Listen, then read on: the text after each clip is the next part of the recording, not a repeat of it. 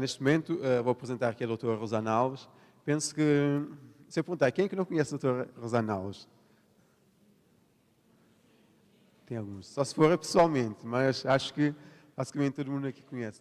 A doutora Rosana Alves, ela vive nos Estados Unidos, é diretora académica da Neurogenesis Institute, nos Estados Unidos, já concluiu três pós-doutorados em neurociências, e durante a sua trajetória ela já orientou mais de 300 trabalhos académicos, já escreveu mais de 70 artigos científicos e também tendo recebido algum prémio de melhor trabalho de neuroquímica pelas sociedades científicas brasileiras.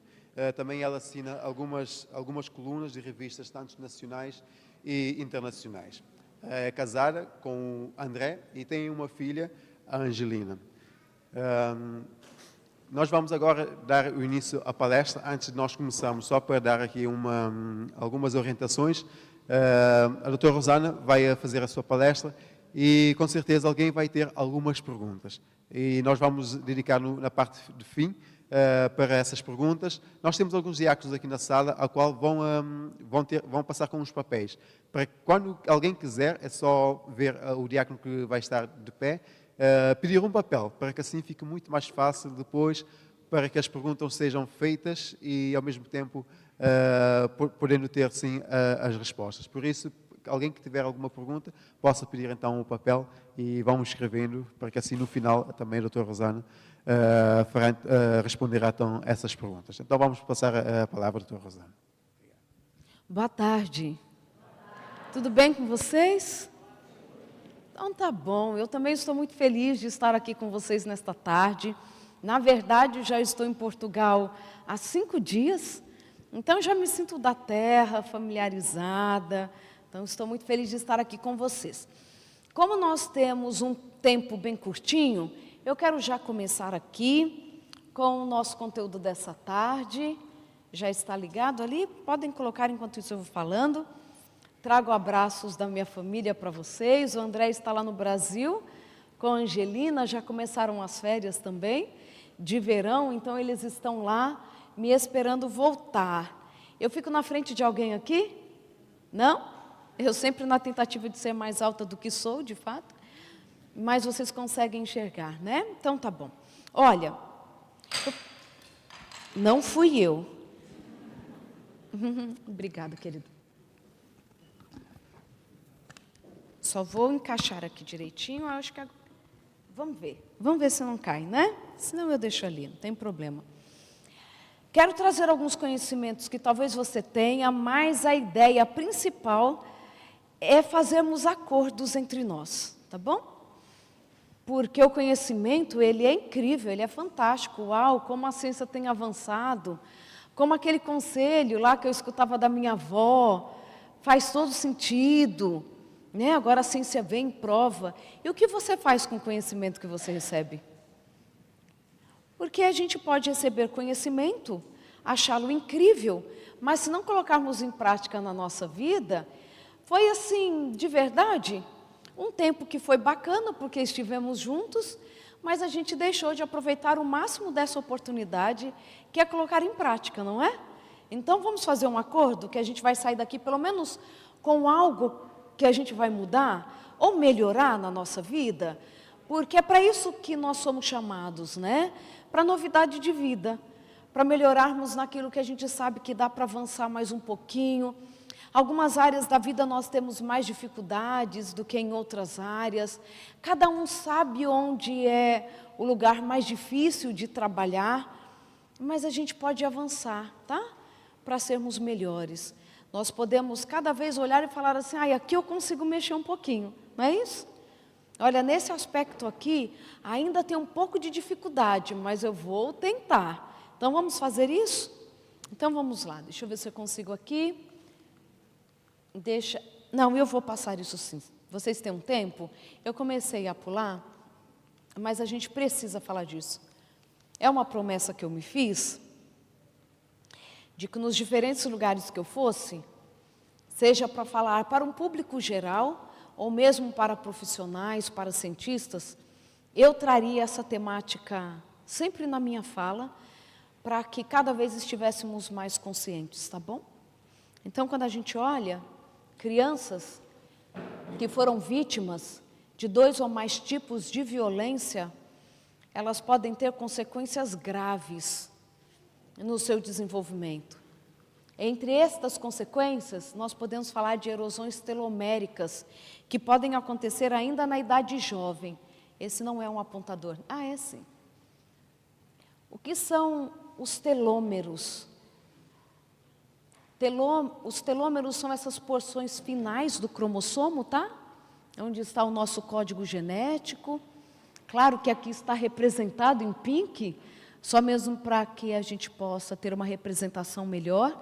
Mas a porção final do cromossomo, que ajuda ele a ficar todo enroladinho assim para caber dentro do núcleo da célula, esse telômero, quando ele começa a desnovelar, que é assim que a gente fala, a gente começa a envelhecer e ficarmos mais vulneráveis a doenças, tá? E o que nós percebemos é que crianças que foram vítimas de 2 ou mais tipos de violência na infância, elas podem apresentar um envelhecimento precoce.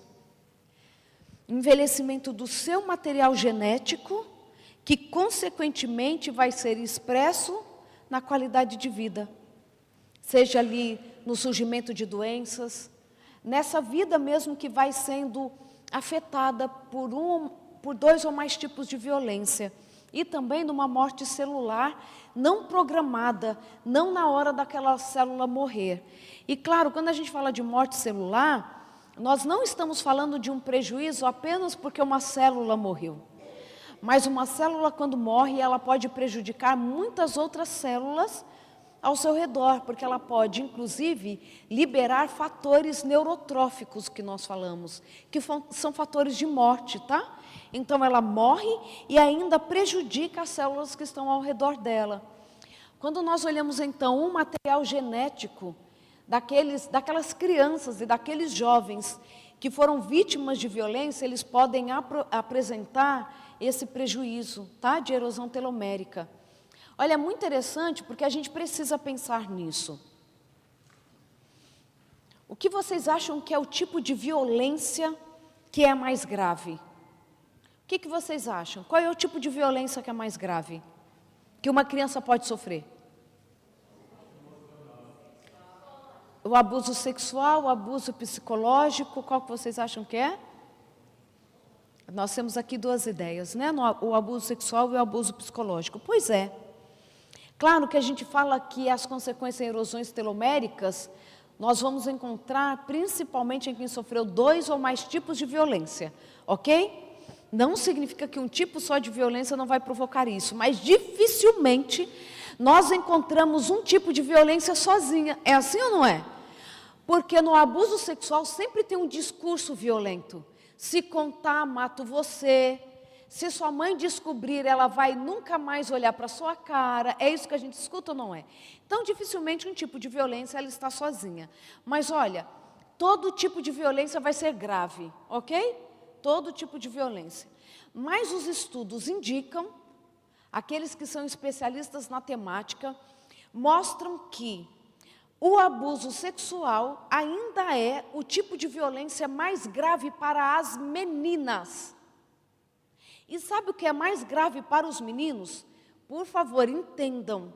O abuso sexual é grave, não pode ser cometido contra os meninos também, ok? É grave também. Mas quando a gente pensa nas consequências para o desenvolvimento cerebral, sabe o que é mais grave para os meninos? Quem aqui arrisca? Qual é o mais grave para os meninos? Abandono. O abandono barra, a gente fala além do abandono, que nesse caso ainda é mais específico, tá? Negligência. Que às vezes parece com abandono, né? É quando eu, que sou responsável pela criança, não cuido dela. Que pode ser, por exemplo, não levar para vacinação, é a criança que fica faltando na escola, está desnutrida porque não faz uma alimentação adequada para ela, entendem isso? Então, para os meninos, A negligência é tão grave quanto o abuso sexual para o cérebro das meninas. Olha que sério isso. Quantos meninos cresceram escutando dos seus pais que eles não iam dar em nada na vida? Ah, esse daí não vai dar em nada. É tão preguiçoso quanto o tio, não é? Ah, esse daí parece com fulano, que olha, acabou aí, jogado pela vida. A negligência / abandono é o mais grave para o cérebro dos meninos. Olha que sério. Você imagina quantos meninos são negligenciados? E a gente sempre tem isso, né? O menino é forte. Ai, o menino não vai... Não é qualquer coisa que abala um homem, tal, mas a gente, às vezes, muitas vezes, a negligência contra os meninos está acontecendo. Então, a gente tem que olhar para isso com muito respeito. Infelizmente, nós vivemos numa sociedade onde os casamentos estão cada vez mais se desfazendo. E com isso, crianças estão cada vez mais sofrendo as consequências das escolhas dos adultos. São pais que não vão mais visitar os seus filhos porque brigaram com as mães. São meninos que os pais não lembram nem do dia do aniversário deles. Tem estudos muito importantes nos Estados Unidos sobre desenvolvimento que mostram a importância da presença do pai biológico no desenvolvimento das crianças, principalmente do menino. Não que não seja importante para a menina, mas porque sempre parece que a menina é que sente mais falta, entendem? Por isso que muitos estudos mostram a importância do pai para o desenvolvimento do menino, do pai biológico. Sem dúvidas nenhuma que quando falamos na ausência do pai biológico, porque foi inevitável essa ausência, ainda assim vamos ter prejuízos, mas é melhor de se entender e de se explicar, não é? Agora, o pai que poderia estar perto e não está, a consequência é algo para a gente pensar. Por isso que o plano de Deus é o melhor para a nossa vida. Olha como era grave o abuso sexual nos tempos bíblicos. O homem que abusasse até de uma mulher que já fosse adulta, ele deveria morrer apedrejado. Pensa então contra uma criança. Nós, como comunidade que acredita em Deus, independente das nossas religiões, precisamos cada vez mais falar dessas temáticas. Elas não devem ser um tabu no nosso meio, porque nós temos crianças para serem protegidas, adolescentes para serem protegidos. Existem adolescentes que são abusadas sexualmente também.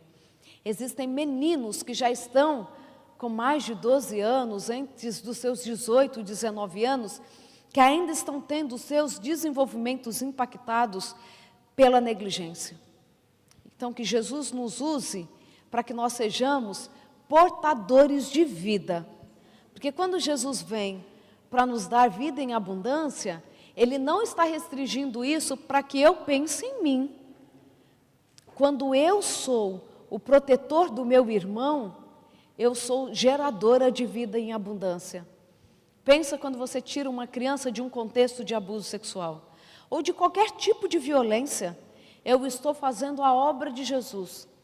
Eu estou sendo os olhos de Jesus, o colo protetor de Jesus, para que esses males deixem de perpetuar na nossa comunidade. Olha só o que o professor teacher da Universidade de Harvard diz.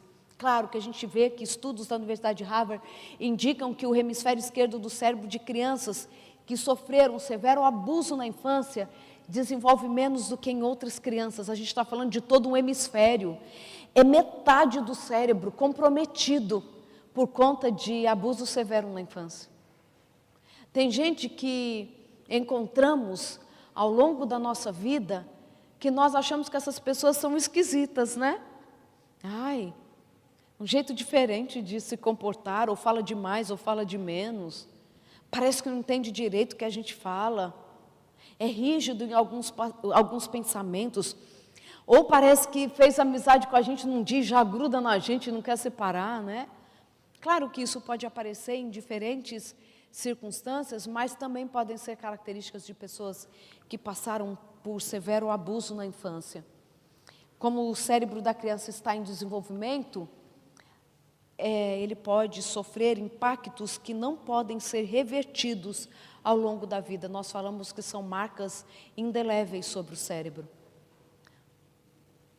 Eu trouxe aqui só para vocês verem o quanto que são os estudos do Dr. Teacher que fala, quanto que o abandono, ele tem um impacto, né? Abandono, negligência, nesse aspecto, negligência, eu posso fazer e não faço, ok? O impacto que tem sobre o cérebro. Bem, quero trazer esse assunto dos estímulos horméticos para vocês, já mudando para outro assunto. O nosso cérebro, ele gosta de desafio. Quem esteve ontem escutou eu falando que ele quer problema para resolver, né? E o nosso cérebro é especialista em problemas para resolver.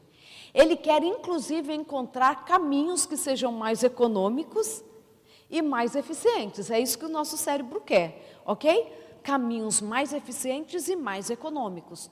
Por isso desenvolvemos hábitos, por isso que alguns comportamentos ou alguns aprendizados, eles vão deixar de fazer parte do nosso repertório, porque a gente aprendeu, não utilizou. O nosso cérebro não quer ficar guardando informações que não são úteis para ele. Temos tanto para guardar de informação, não temos? Nosso cérebro ele é tão utilizado durante as 24 horas do nosso dia, que ele não vai ficar armazenando e lembrando o tempo todo de informações que não são relevantes. Se eu não uso, para o meu cérebro não é relevante. Então, ele vai manter aquelas informações que eu estou evocando, né, que eu estou chamando à memória, a lembrança, para que eu possa utilizar. Nosso cérebro gosta de desafios. E existe um grupo de estímulos que são considerados estímulos que desafiam o organismo a responder melhor. E quando eu falo de organismo, claro que eu estou incluindo o cérebro. E nós chamamos de estímulos horméticos, ok? Estímulos horméticos.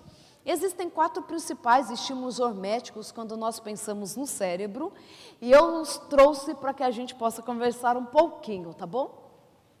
4 estímulos horméticos. Quando a gente pensa nos estímulos horméticos, eles ajudam, inclusive, eles são um mecanismo anti-aging, tá? Anti-envelhecimento. Ó, quando a gente fala em anti-envelhecimento, todo mundo quer, né? O que a gente faz? Qual é o elixir da vida? Onde está a fonte da juventude? Não é isso? O que a gente faz para... Eu gosto muito de uma frase que eu escutei há muito tempo, não lembro onde eu escutei, que fala assim: o importante é viver, é morrer jovem o mais tarde possível. Faz sentido para vocês? Morrer jovem o mais tarde possível. Quem quer isso? Eu quero. Gente, pensa, chegar assim, ó, aos seus 60, 70 anos e todo mundo achar que você tem 20, 30, eu já perdi minha chance. Mas não seria muito legal? A gente chegar lá na frente e as pessoas olharem e falarem assim: puxa vida, tem gente que a gente conhece e fala assim, nem parece que tem a idade que tem. Então isso é muito legal. Então os estímulos horméticos são o que parece que ajuda a gente a manter o mais jovem possível. Então 4 desses estímulos. Um deles, claro, gente, não é aquele milagre, tá?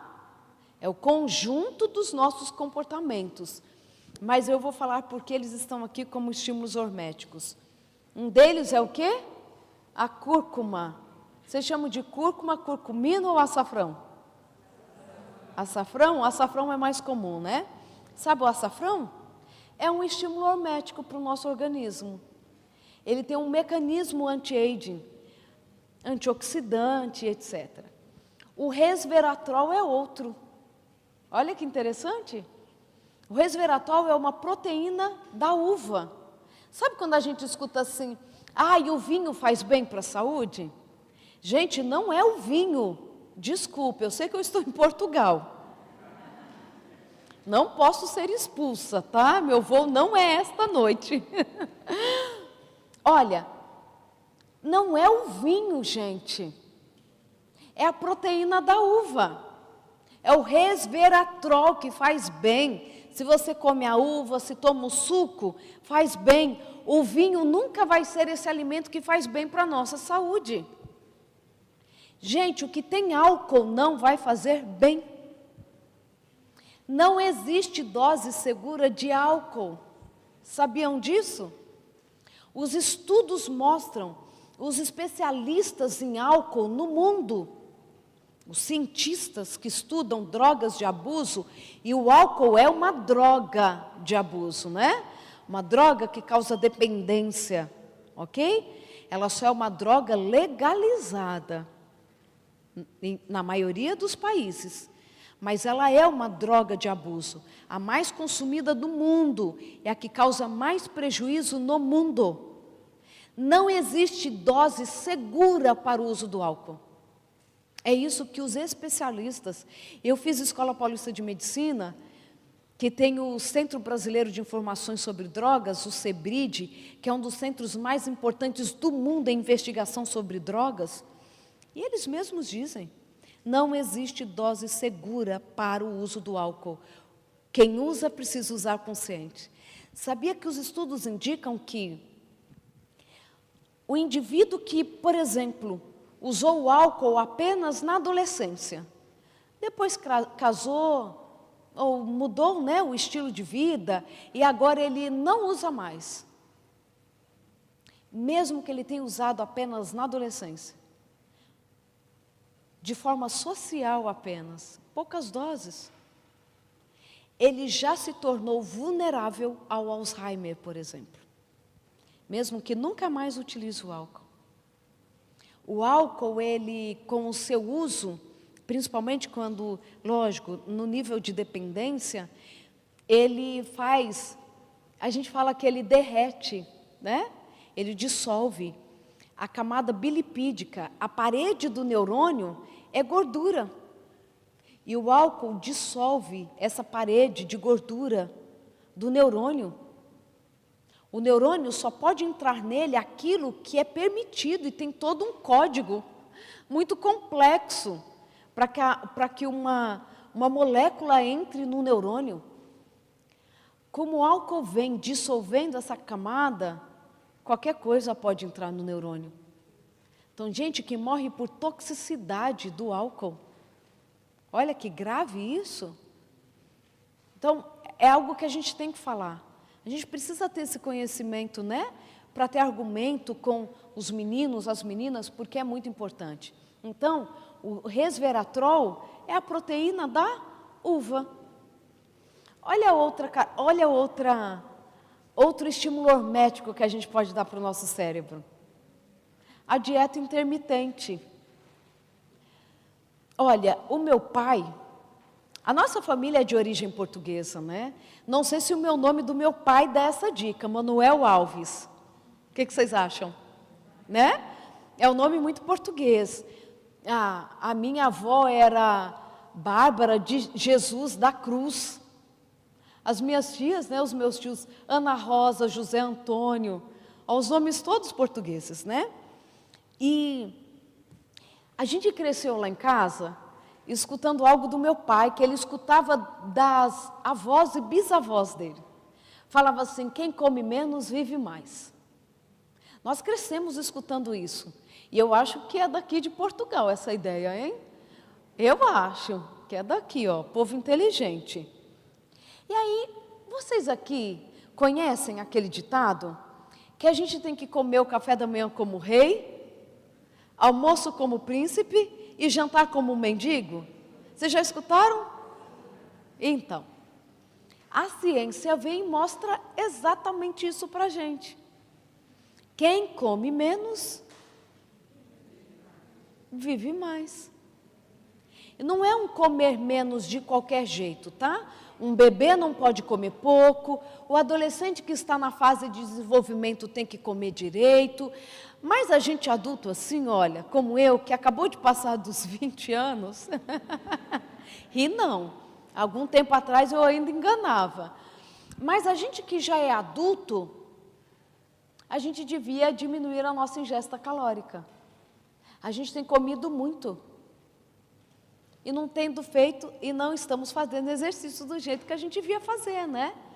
Porque a gente, com a nossa vida aí corrida de um lado para o outro, não temos feito exercício físico da forma que deveríamos fazer. E o que a gente precisaria era comer menos, tá? Então a gente deveria fazer um bom desjejum. O desjejum é protetor contra doenças neurodegenerativas, contra câncer de mama e até o controle de peso. Um estudo muito interessante onde colocou 2 grupos que estavam mesmo num projeto de perda de peso. Metade do grupo, ambos os grupos, consumiram a mesma quantidade de caloria no dia, tá? Que já era uma dieta de restrição calórica. Mas um grupo tinha 2 refeições no dia. Então, essas calorias eram divididas em 2 refeições apenas. Desjejum, café da manhã e almoço, ok? No outro grupo, eles dividiam então em 3 refeições, café da manhã, almoço e janta, tá?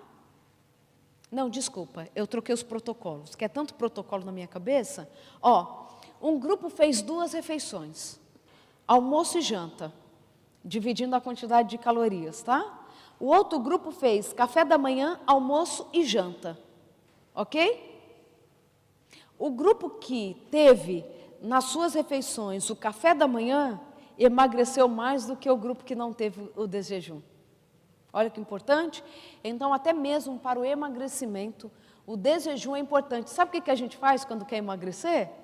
A gente pula o café da manhã, não é?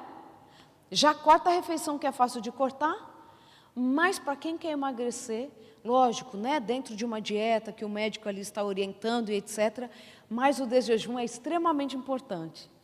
E o exercício físico. Eu quero voltar aqui no exercício físico, porque dele eu quero...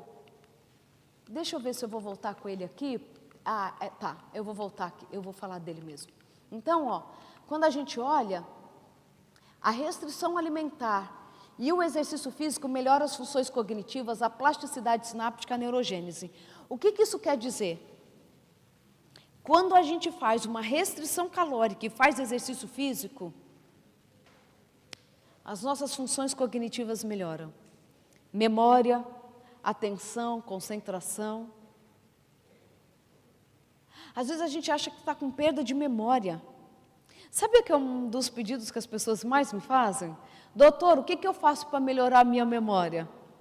Aqui já estão 2 dicas para vocês. Exercício físico e restrição alimentar.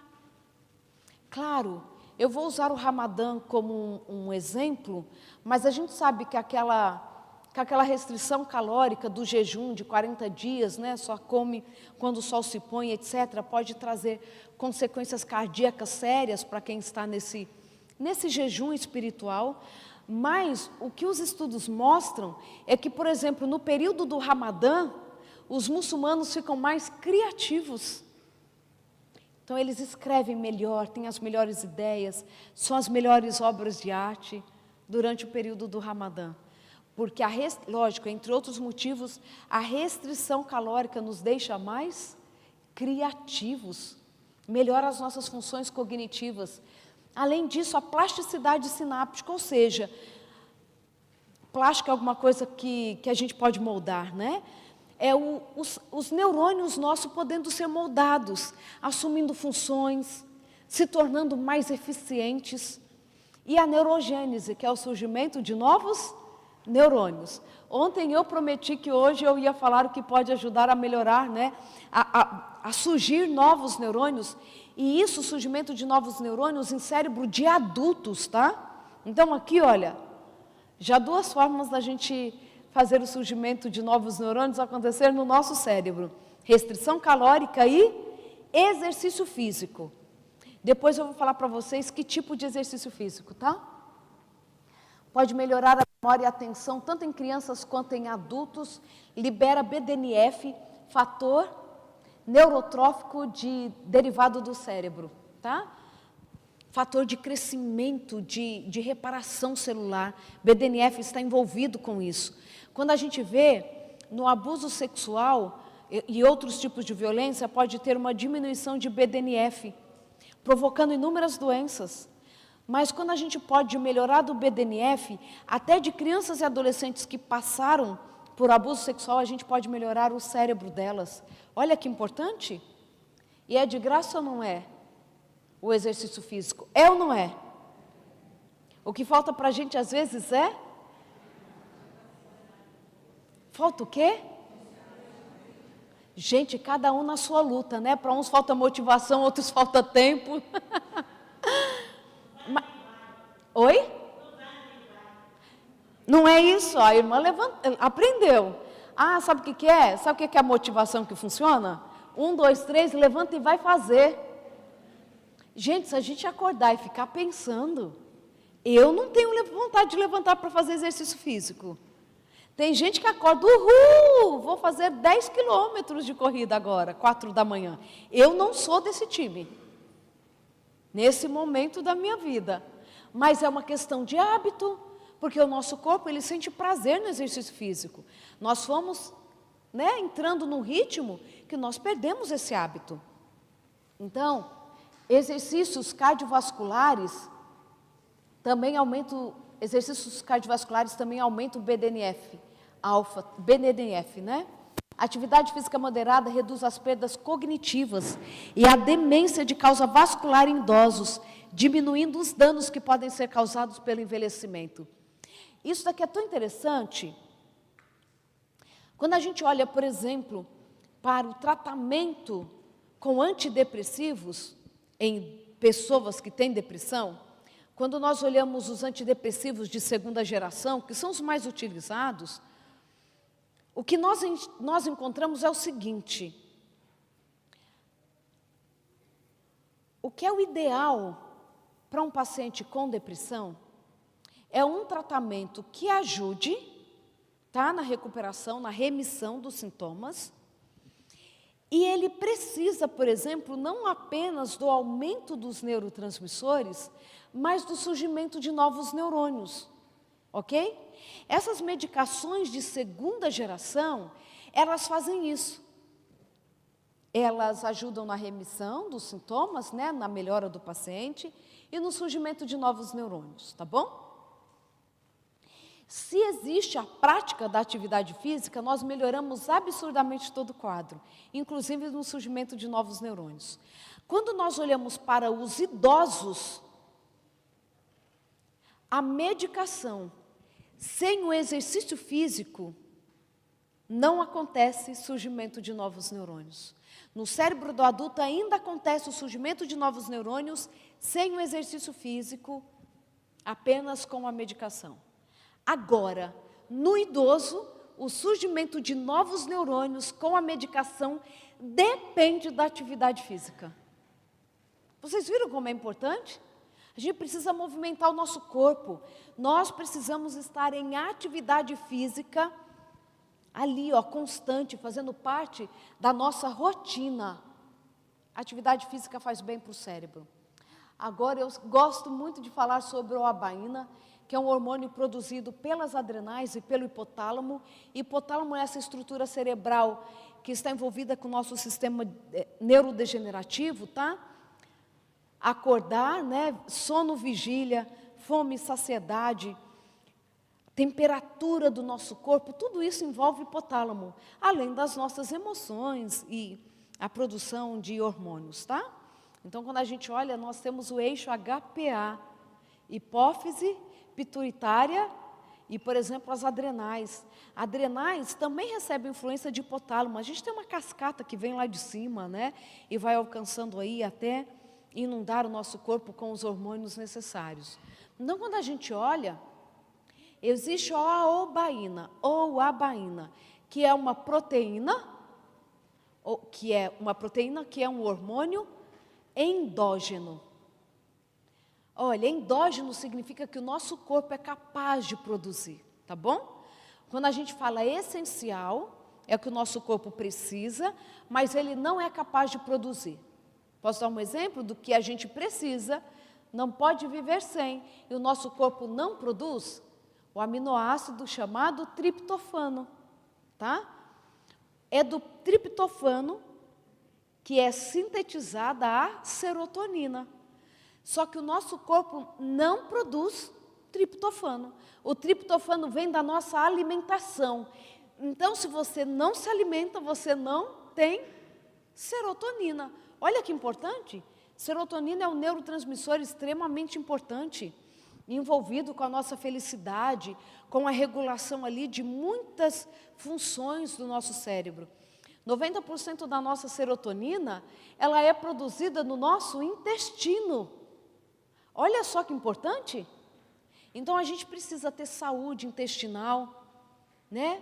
A gente precisa estar ali, com o nosso intestino não apenas regulado, mas recebendo o alimento que ele precisa para que o nosso cérebro possa funcionar bem e o nosso corpo todo precisa funcionar bem. Então, oabaína significa que o nosso organismo, oabaína é endógena e significa que o nosso organismo produz oabaína, ok? A grande pergunta foi, né? Se o meu corpo produz oabaína, e a oabaína, ela é um estímulo hormético. A oabaína é um estímulo hormético, tá? Vocês vão entender como ela se torna um estímulo, né? Hormético. Olha, a oabaína, então, ela é endógena, produzida pelo hipotálamo e pelas adrenais. E a oabaína, ela é anti-aging. É contra o envelhecimento. Nosso organismo produz. Enquanto eu estava ainda na Universidade de São Paulo, que já é outra universidade, não na Escola Paulista de Medicina, mas na Universidade de São Paulo, quando eu estava lá, nosso laboratório investigava como que a gente pode aumentar a oabaína no nosso organismo. Já que ela ajuda a nos manter mais jovens por mais tempo, né? Quando a gente fala mais jovem, significa mais protegidos contra doenças, tá bom? Então, quando eu olho, como que eu posso aumentar a oabaína que o meu próprio corpo sintetiza? Porque a gente ainda não sabe, por exemplo, como que eu poderia utilizar uma oabaína feita em laboratório, né, pela indústria farmacêutica, que chegasse, por exemplo, à quantidade que eu preciso no meu cérebro. A gente não sabe ainda. Nós usamos ainda muito a oabaína em laboratório, já fiz muito disso, e em clínica, nos hospitais, por exemplo, em casos de isquemia e reperfusão cardíaca, porque é um digitálico cardiotônico, tá? O paciente está ali numa falência, ele recebe a oabaína, que a gente pode extrair de uma flor branca, ok? E aí esse coração volta, tal. Fiz muito disso em laboratório, em modelos cardíacos com ratos. Mas a gente produz. Está envolvido com anti-aging. O que será que ajuda a aumentar a oabaína? Isso é interessante para a gente. Como que eu posso aumentar a oabaína? Gente, isso é muito tempo de estudo. São muitos anos para eu vir aqui e trazer em 5 minutos para vocês. Valorizem, tá? Porque custou a vida de milhões de ratos. E custou a juventude de muitos cientistas. Eu não vou continuar falando, senão eu vou começar a chorar publicamente. Me custou muitos finais de semana da vida. Domingos, né? Nunca os sábados. Liberada durante o exercício físico. Vê se você começa a se encantar. Aumenta a arborização dendrítica em 7 dias em células de Golgi. Ou seja, o neurônio está ali com seu núcleo, ele tem a ramificação, que é a arborização dendrítica, que é por onde ele vai fazer contato com até 10.000 neurônios. Um neurônio pode fazer contato, sabiam disso? E você pode aumentar as suas conexões com exercício físico. Querida, não deixa o capeta te segurar mais dentro de casa, não. Vai fazer exercício físico? Você está rindo de nervoso. Você não faz parte com os planos dele, né? É o ladrão que vem para roubar, matar e destruir. Jesus veio para que a gente tivesse vida e vida em abundância. Deus deixou o exercício físico de graça para a gente. Ele está roubando, Satanás está roubando o nosso tempo, da nossa saúde. Depois a gente passa dias e dias internados, não é?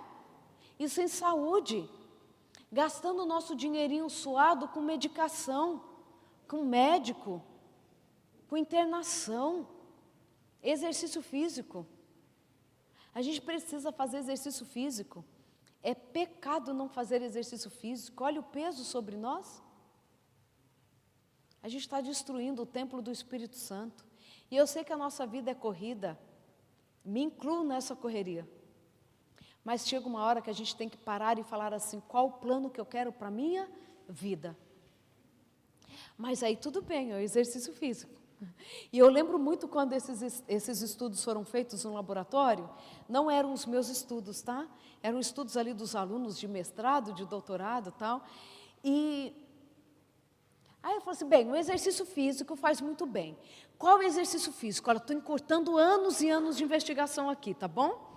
Qual o exercício físico que faz com que a gente aumente ainda mais o abaína, que vai atuar sobre o sódio, potássio, ATPase, que é a proteína mais abundante, e quando começa a diminuir sódio, potássio, ATPase, que a gente começa a envelhecer, tá bom? Estou encurtando os caminhos.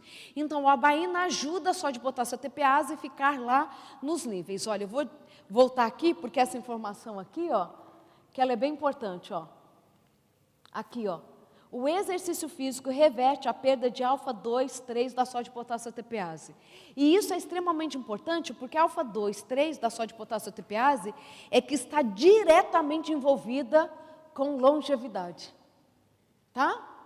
Quando a gente começa a perder alfa-2, 3 sódio, potássio, ATPase, nós começamos a envelhecer. E o exercício físico atua sobre sódio, potássio, ATPase, tá? Alfa-2, 3 sódio, potássio, ATPase. A 1 tem outras funções, por exemplo, está mais envolvida com ansiedade, etc. Então, quando a gente olha, o exercício físico é extremamente importante para manter-nos mais saudáveis e jovens por mais tempo. E aí lá então a gente vê que o tipo de exercício físico que faz com que a gente alcance melhores resultados é o exercício aeróbico, tá? Aquele que movimenta o corpo, que a gente sua e etc. e tal.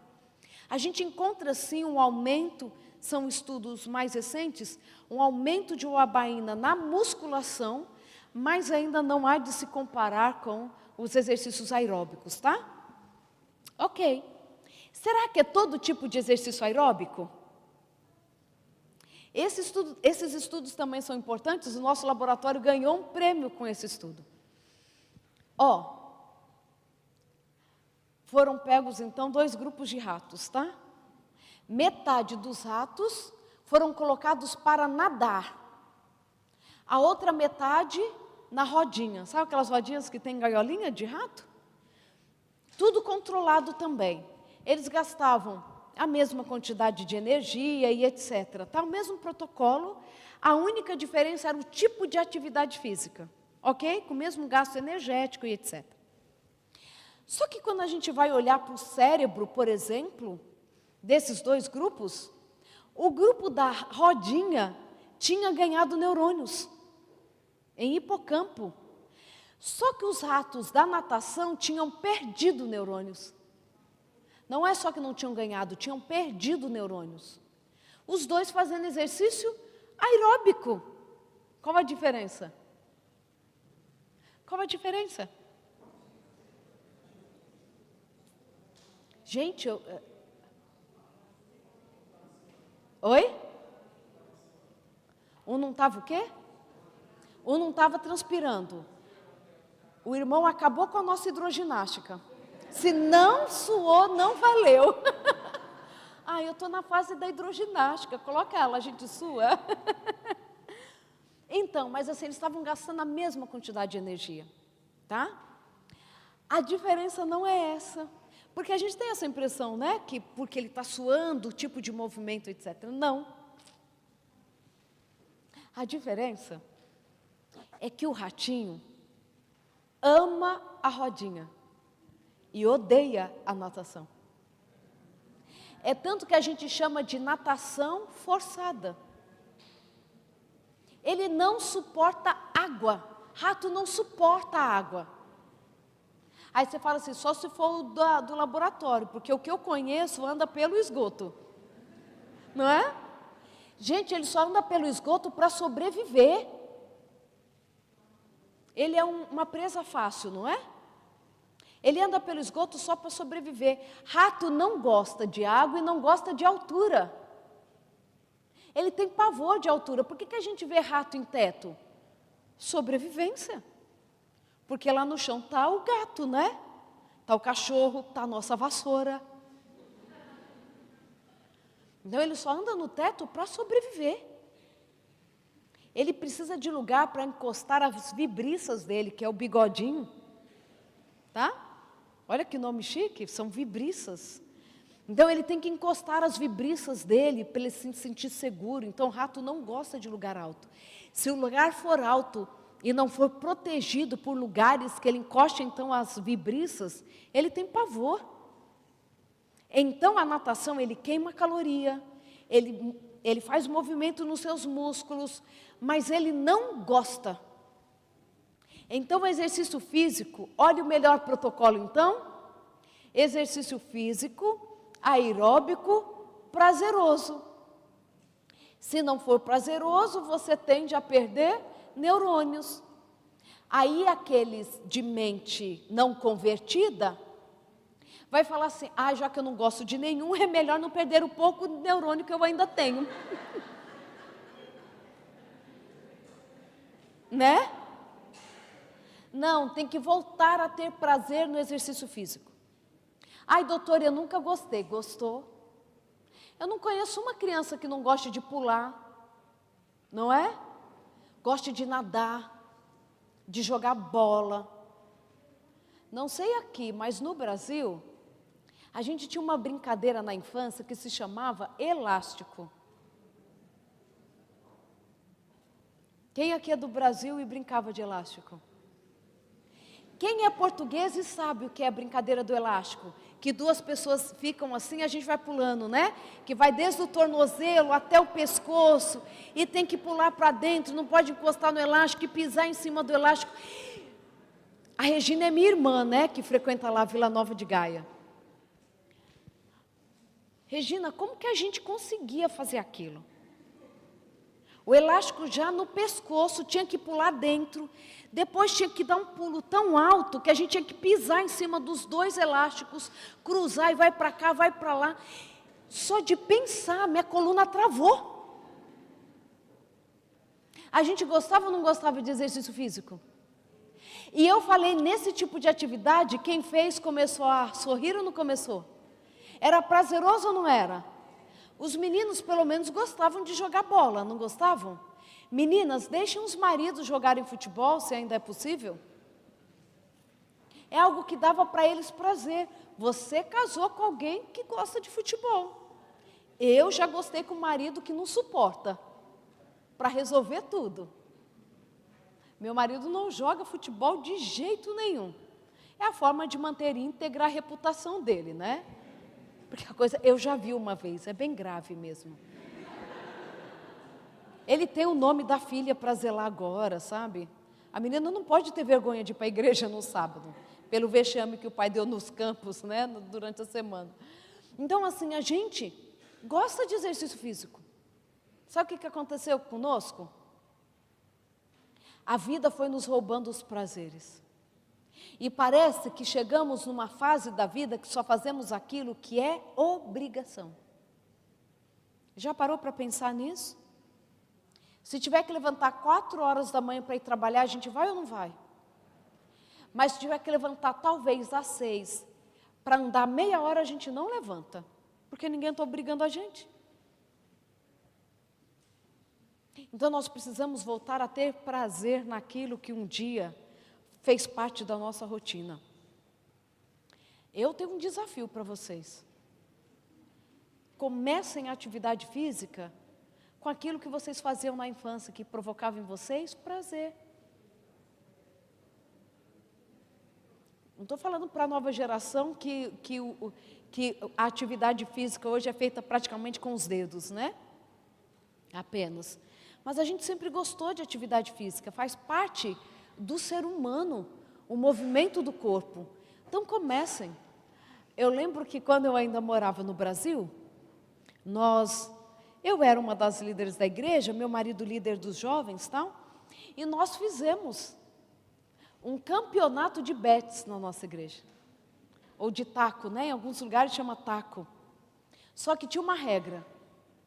Tinha que ter mais de 35 anos para participar. E cada um tinha que preparar o taco, como jogava na infância, etc. Sabe quem ganhou a competição na minha igreja?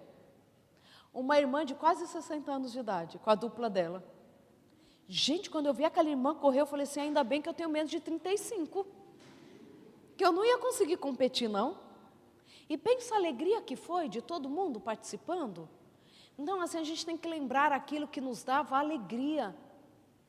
E assim nós vamos voltar a ter mais qualidade de vida. É de graça ou não é? Quando a gente faz restrição calórica, estamos economizando até dinheiro ou não estamos? Então, olha, a gente só tem a ganhar, tá? Olha, a neurogênese adulta é regulada pela atividade comportamental, tanto a atividade física, quanto a exposição a desafios ambientais aumenta a neurogênese, mas fazem isso por meios diferentes, né? O desafio comportamental de uma forma e o exercício físico por outras vias. Enfim. Isso é o que eu falei ontem à noite, que eu ia trazer hoje. Como a gente também pode fazer o surgimento de novos neurônios, proteger os neurônios que a gente ainda tem, dormindo adequadamente. Eu sempre vou falar dessa temática, porque hoje nós temos uma preocupação mundial, porque nós temos visto que a média de horas dormidas mundialmente é de 6 horas por noite. E 6 horas nos deixa extremamente preocupados, porque a gente perde muito em qualidade de vida, criatividade, raciocínio lógico, memorização, foco, humor estável. Sim, tem gente que é ranzinza porque não dorme. Tem gente que é chata, mas está em privação de sono. É o que eu falei, já viu um bebê sem dormir? Ele não fica todo chatinho? Todo incomodado com tudo, não quer dormir direito, fica esperneando às vezes? Coloca o bebê para dormir que ele volta a ser o anjinho, não é? Porque ele está em privação de sono. Síntese de proteínas, hormônios e fatores reguladores depende do nosso sono. Até o controle do nosso peso depende do sono. Tem gente que está aumentando de peso e não sabe por quê. E muitas vezes é por privação de sono. Olha, está comendo igual comia, faz atividade física, não consegue perder peso. Talvez seja porque está dormindo pouco. Sistema imunológico. Claro, né? Quando a gente pensa em vacinação, existem outros fatores envolvidos. Mas se você está em privação de sono, você corre riscos de não ser imunizado depois de uma vacina. Sabiam disso? A gente até fala, se um bebê não dormiu direito, nós deveríamos até adiar a vacinação dele. Porque ele pode não ser imunizado por conta da sua privação de sono. E a libido também depende do sono. 30% a 50% da população mundial está em prejuízo do sono. Seja ele pelas pernas inquietas, apneia do sono, seja por bruxismo, uma pessoa que fica rangendo os dentes à noite, apertando a boca, tá? A apneia do sono é muito importante, que são aquelas paradas respiratórias curtinhas, que na maioria das vezes vem depois de um ronco, né?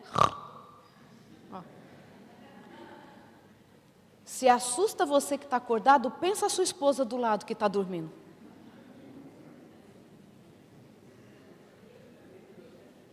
Vai se cuidar, irmão. Os homens roncam mais do que as mulheres, né? Mas olha, na maioria das vezes, quem descobre a apneia do sono é o companheiro. Porque percebe que o outro está roncando. O outro ronca, dá aquela paradinha na respiração. Em vez de parar e dormir, não, ele ronca de novo, né? Então essa roncada que para a respiração e volta, isso é uma apneia do sono. São as paradas respiratórias enquanto a gente dorme, que na maioria das vezes são curtinhas. Quando a gente olha, acima de 14, 20, nós já falamos de uma apneia do sono severa, importante. Quando isso acontece 14, 20 por hora, tá bom? Você sabia que a apneia do sono severa, ela pode levar o paciente ao suicídio? E ele nem sabe que ele tem apneia. Sabe o que ele sabe? Que ele tem uma angústia que ele não dá conta mais. Porque quando a gente está em privação de sono, aumenta a nossa vulnerabilidade para o suicídio. Muitas vezes, o suicídio acontece depois de muitas noites sem dormir. Sabia que um paciente bipolar, ele tende a ciclar, que a gente fala, entrar na fase de mania, por exemplo, depois de uma noite sem dormir direito? Você sabia que distúrbio do sono está presente em todas as doenças mentais? Todas. Para vocês verem como o sono é importante. Um adolescente deveria dormir entre 9 a 11 horas por noite. Dormir até mais do que o adulto. E dorme menos, né, bonitão? Você mesmo, que ficou aí assustado. Pois é.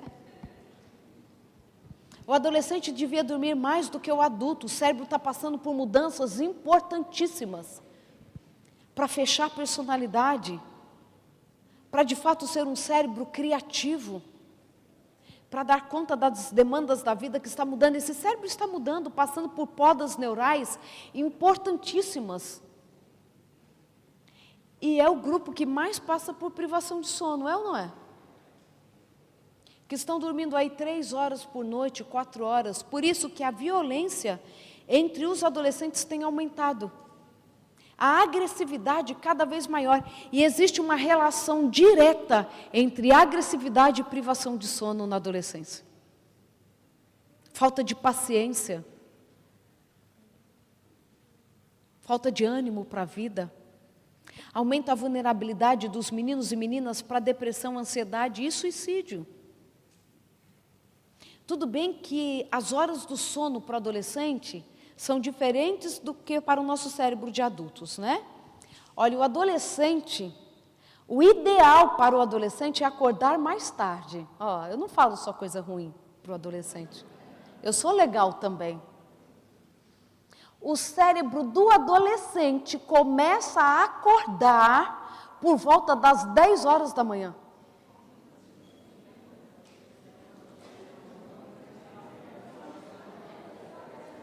Eu quero presentinho, meninos e meninas, ainda hoje.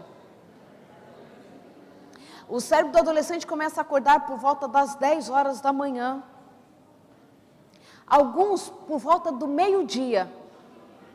Outros às 2 horas da tarde. E eu arrisco que alguns nem acordam. Eu arrisco só.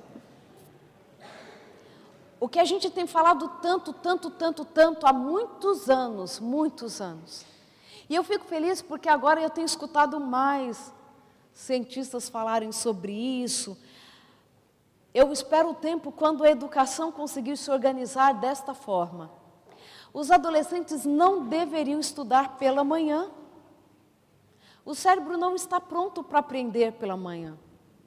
Não deveria também estar em casa no videogame, jogos eletrônicos, seja lá qual for, né, jogos online, etc. Não deveriam. Deveriam estar dormindo. Adolescente deveria sempre estudar à tarde. Pense então o adolescente que pela manhã, as primeiras disciplinas são física, matemática, química, disciplinas de conteúdo abstrato. É tanto que os estudos indicam que as disciplinas que os adolescentes vão pior são as primeiras do dia. Eu tenho dó dos professores de matemática, física e química de adolescentes. Não é apenas porque é uma disciplina que está mexendo mais com o abstrato, que é uma capacidade nova para o cérebro humano, né? Porque a criança, ela não tem a capacidade de abstração. A abstração começa a fazer parte como característica do cérebro humano a partir dos 12, 13 anos de idade. Então, o adolescente ainda está lidando com essa nova capacidade, que é pensar de forma abstrata, tá? Por isso que começa a pensar mais sobre justiça do mundo e etc. Se Deus existe mesmo, se não existe. Antes disso, o cérebro nem questionava a existência de Deus, porque pensava só de forma concreta. Eu lembrei esses dias, um dia estávamos no carro a nossa irmã caçula, Rosângela, quem escreveu os poemas do livro Abundância na Falta, e a filhinha dela, Elisa. Elisa tinha uns 4 aninhos de idade, na época. Estávamos ali no carro, e Elisa, lá da cadeirinha atrás, falou assim: mamãe, Deus é maior que tudo? Minha irmã: sim, Deus é maior que tudo. Mamãe, então se Deus é maior que tudo, como Ele cabe no céu? Você entendeu o pensamento concreto dela? Aí a minha irmã olhou assim para mim, desesperada. Eu olhei para ela de novo e falei assim: a filha é sua, você que dá conta.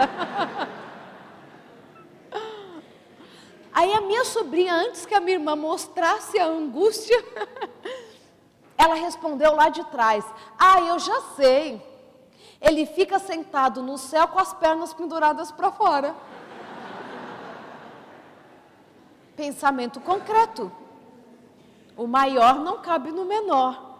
Somente na adolescência que a gente consegue pensar Deus de forma abstrata. Então, nessa transição do concreto para o abstrato, surgirão muitas perguntas, ok? Entre elas, Deus. Se o seu adolescente estiver com dúvidas sobre a existência de Deus, deixe ele se expressar. Porque é um exercício do cérebro dele. E quando nós não permitimos, ele vai perguntar para quem, vai responder para ele: porque não existe mesmo. Ok? Precisa ser um espaço de conversa. Então ele vai questionar muitas coisas. Se Deus existe então, por que da injustiça do mundo? É um exercício desse cérebro abstrato. Ok? Então, quando a gente vê, o adolescente está passando por mudanças importantíssimas. Nessas mudanças, então, muda o padrão do sono. Tá bom? O sono é tão importante, que você já escutou falar sobre: ai, estou bêbado de sono? Aí a gente foi ver se de fato tem alguma coisa a ver. E os estudos indicam que sim. Quando nós olhamos, espera aí. Foi. Você sabia que não dormir o suficiente pode ser mais prejudicial para a atenção do que a bebida alcoólica? Olha só, 19 horas de privação de sono. Aqueles que estavam nessa condição cometeram mais erros de atenção do que aqueles que haviam ingerido, que estavam com 0,8 grama de álcool no sangue, quantidade equivalente a 4 copos de cerveja, 3 taças de vinho ou 3 doses de uísque. Olha só. Então, se você está 19 horas acordado, faz a conta aí. Né? Se dormiu só 5 horas, ou vai dormir só 5, você vai cometer mais erros de atenção do que está com essa dose de álcool no sangue, tá? Tomografias computadorizadas do cérebro indicaram uma redução da atividade cerebral, incluindo o córtex pré-frontal e o cerebelo. Córtex pré-frontal, tomada de decisão, controle de impulsividade; cerebelo, equilíbrio. A nossa parte motora depende de cerebelo, tá? Sem o cerebelo, a nossa marcha fica trôpega, como do bêbado. Então, a gente encosta mais nos lugares, temos a tendência de cair e etc. Então, não adianta a gente falar que não consome bebida alcoólica se a gente não dorme, tá? Claro que eu não estou falando dos mesmos prejuízos, mas que você também pode ser afetado. Quem não dorme pode estar mais susceptível também a câncer de mama e outros tipos de câncer, tá? Risco de desenvolver câncer de mama foi verificado em enfermeiras que trabalham em turnos rotativos, quando comparadas àquelas que trabalham apenas no período do dia. Se não dormir, pode ganhar peso.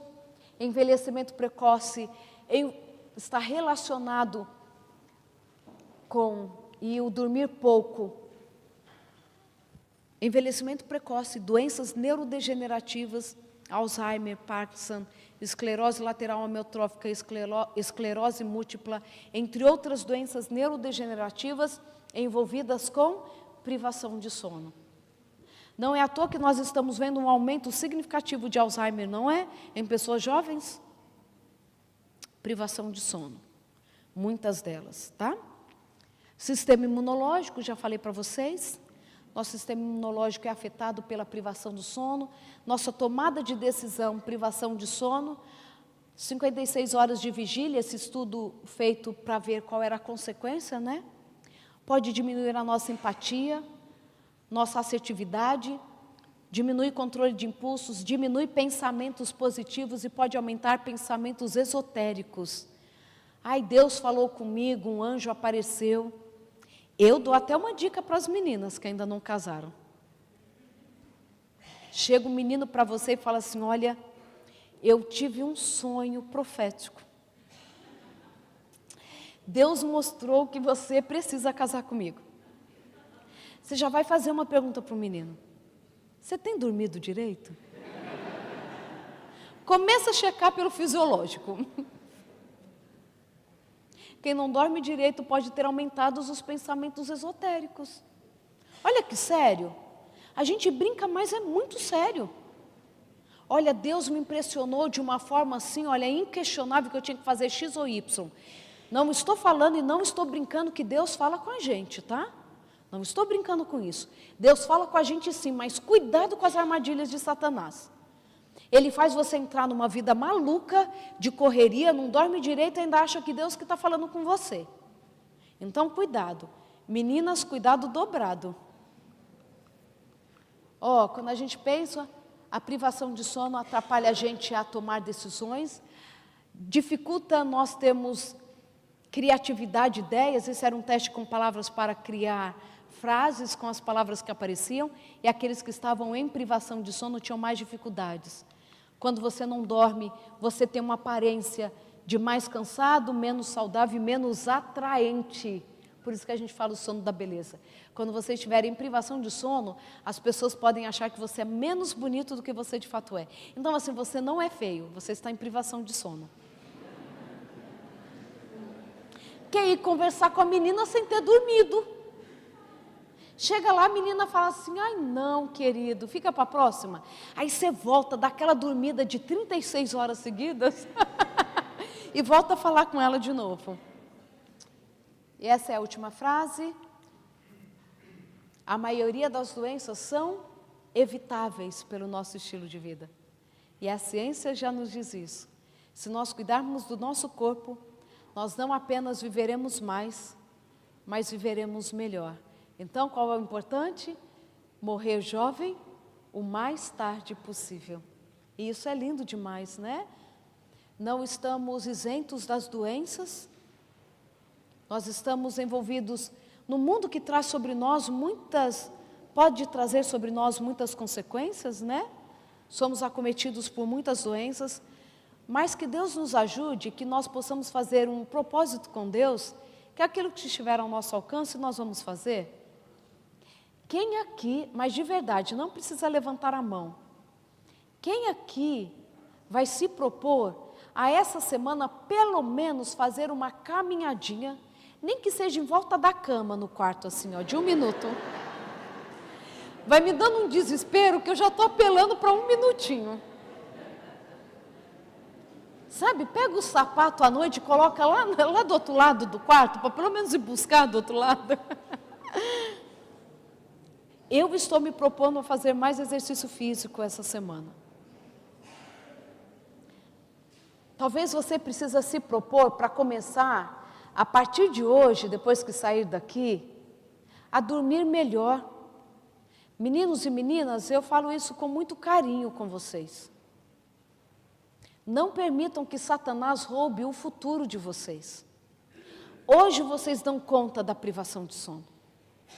Hoje vocês podem dormir 2 horas e no outro dia ir para a escola e fazer prova. Só que uma hora a conta vem. E sabe o que a gente tem visto? Os prejuízos aparecendo cada vez mais cedo.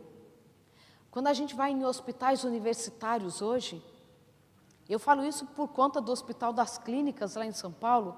Se você vai na especialidade da esclerose múltipla, por exemplo, que era uma doença, né, que quando ela foi de fato catalogada e etc., era uma doença que, nossa, a gente via em pessoas ou idosas. Eu lembro quando nós entramos mais em contato com a esclerose múltipla, foi quando a atriz, a Cláudia Rodrigues, apareceu com esclerose múltipla. Para quem é brasileiro sabe, né? Para quem é daqui também sabe que ela é uma comediante muito importante no Brasil, contra a esclerose múltipla. Se você for hoje na especialidade de esclerose múltipla, você já pode encontrar na recepção, esperando a consulta, crianças com 7, 8 anos de idade. Adolescentes aos montes. Meninos e meninas que já estão com dificuldade para andar por conta da doença. E aí o que a gente imagina, né, o que os estudos indicam? Estilo de vida. Não dormem o suficiente, não comem adequadamente, não fazem exercício físico. Está morrendo cedo e morrendo doente. Então, cuidem de vocês. A gente gosta. Quando você começar a fazer o que é certo, o seu corpo vai gostar, você vai gostar. A sua vida vai agradecer. E para a gente que já está ladeira abaixo, queridos, ainda dá tempo de dar uma freada no processo. Nunca é tarde. A gente vê, por exemplo, o exercício físico provocando o surgimento de novos neurônios até em cérebro de idosos com Alzheimer.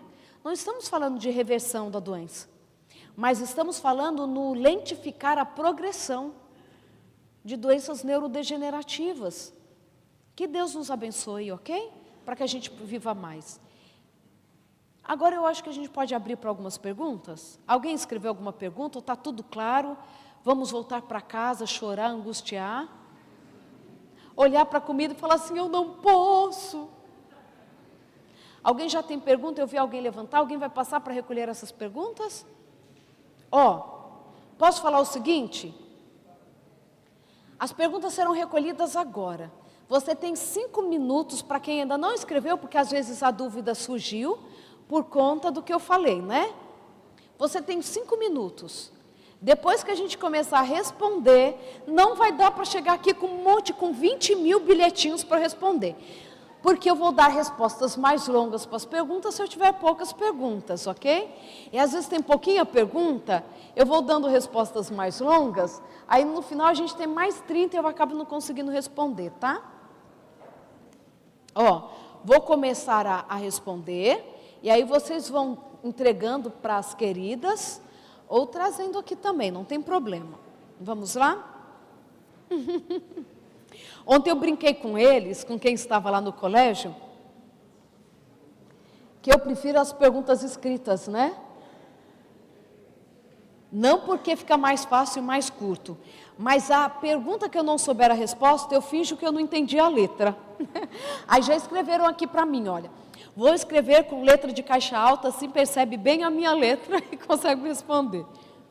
Quem teve um trauma, um abuso de infância e não tem memórias da infância, o que aconteceu com neurônios ou outra parte do cérebro? Houve um bloqueio ou atraso? Bem, essa perda de memória da infância, ela pode acontecer muito como um bloqueio da memória mesmo, para sobrevivência, ok? É como se você bloqueasse a memória aversiva para que você não sofresse mais. É uma estratégia para a sobrevivência e para o desenvolvimento, tá? E pode ter sido, muito obrigada, querida, e pode ter sido perda de memória também. Porque o hipocampo, ele pode ter um prejuízo de até 20% do seu desenvolvimento no abuso sexual, ou outro tipo de abuso. E aí, fica mais difícil a consolidação de memória, tá? Deixa eu ler mais uma e eu bebo água. Quem está com Alzheimer, os neurônios param de fazer conexões? Na verdade, o que a gente vê não é assim, parou de fazer conexões, mas eles morreram mesmo, tá? Infelizmente, na maioria das vezes, quando o paciente começa a ter uma perda de memória significativa, em algumas regiões do cérebro envolvidas com a memória, ele já perdeu milhões e milhões e milhões e milhões e milhões de neurônios, tá? Quando os sintomas aparecem. Por isso que a gente fala, em qualquer dúvida de surgimento de qualquer sintoma, é necessário já começar a fazer as estratégias, fazer exames, tá? O Alzheimer pode ser muito confundido com depressão, tá bom? Prestem atenção nisso. Até um assunto que eu trouxe no livro A Neurociência da Felicidade, porque muitas vezes o diagnóstico ele é tardio por conta de confusão de diagnóstico, tá? Então, às vezes, o idoso está mais quieto, não quer ir para o aniversário de um familiar, quer ficar isolado. Isso pode ser sinal de Alzheimer. E as pessoas acham que é depressão. E a gente ainda não sabe por quê. Mas uma anestesia, por exemplo, depois de uma cirurgia, gente, não é a anestesia quem provoca, mas quem é vulnerável, tá? Por exemplo, depois de uma anestesia, pode desencadear o Alzheimer, tá bom? Mas por conta de alguém que já teria esse quadro. Encerramos as perguntas? Acho que temos bastante aqui já, né? Dá as suas aqui, querida. Ó, isso, vamos pegar as que foram feitas aí. E quem gosta de hidroginástica, faz bem para o cérebro? Faz bem sim. Tá, querido? Faz muito bem. Sem dúvida, é uma atividade aeróbica, que de pouco impacto, maravilhoso. Salvemos a hidroginástica. Que é bom, né, gente? O sono precisa ser necessariamente, eu acho que único, ou precisa intercalar estas horas e fracioná-las ao longo do dia em 2 ou 3 cochilos de 30 minutos. Não, isso é protocolo para bebê. Bebê que pode ficar acordando e dormindo. No idoso também isso acontece a partir dos 65 anos de idade, porque o padrão do sono começou a mudar, tá? O que a gente indica é dormir às 8 horas da noite, tá bom? Durante o dia, depois do almoço, 20, 30 minutos faz bem para quem tem a necessidade de dormir. Mas se o sono for longo, não, tá? Então a gente fala de 20, 30 minutos, tá bom? Depois do almoço, assim. Mas o sono não tem que ser picado, né? Dividido ao longo do dia.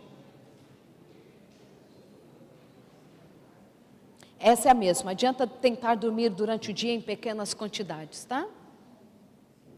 Com o idoso é o que acontece, tá bom?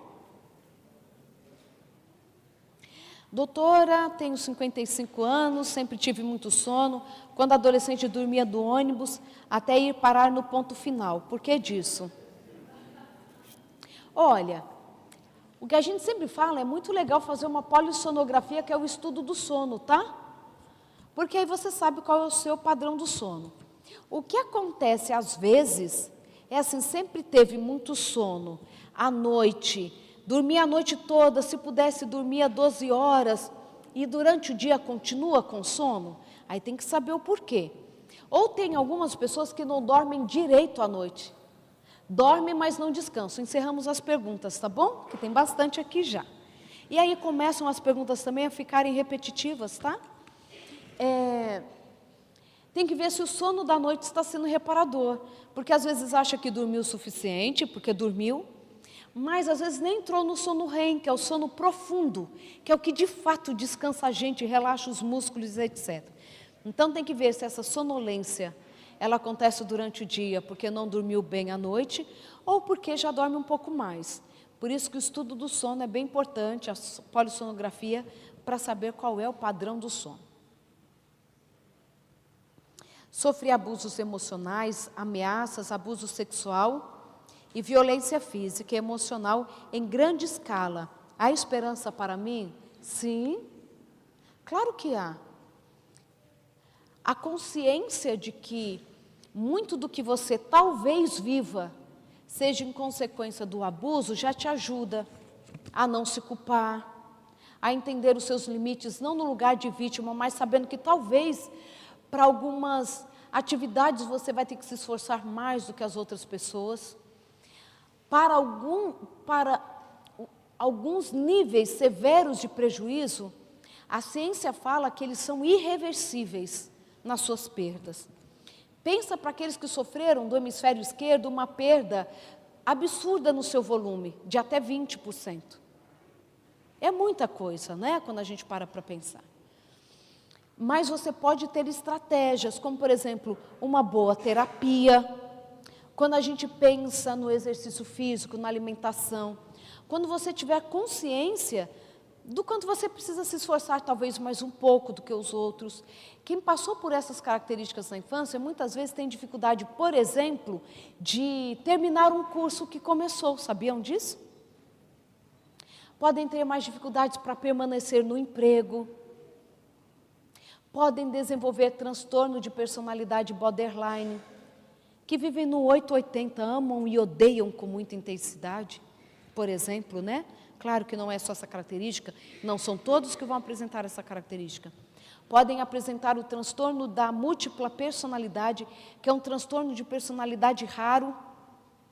Então, tudo isso pode acontecer sim, mas tem esperança, principalmente porque nós acreditamos em um Deus que pode todas as coisas. Não se esqueça disso. Como educar uma criança sem bater? Como exercer autoridade sobre a criança de forma correta? Como lidar com a culpa? Eu estou achando que foi uma mãe que escreveu isso daqui. Eu não consigo imaginar um homem carregado de tanta culpa.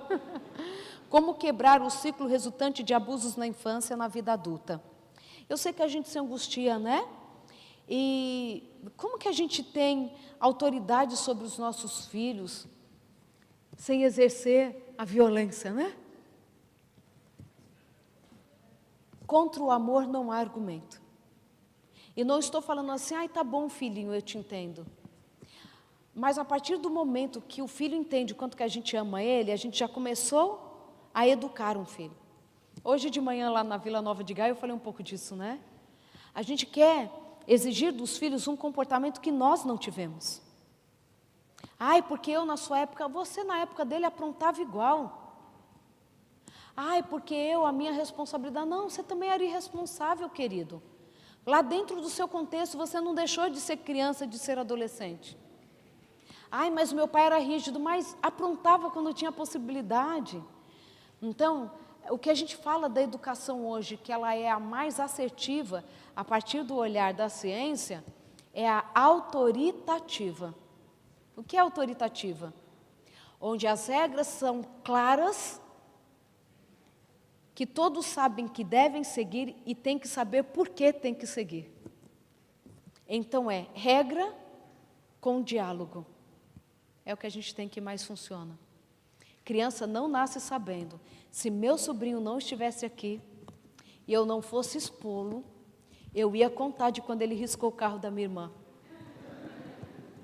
Né, Lulu? Posso contar, Lu?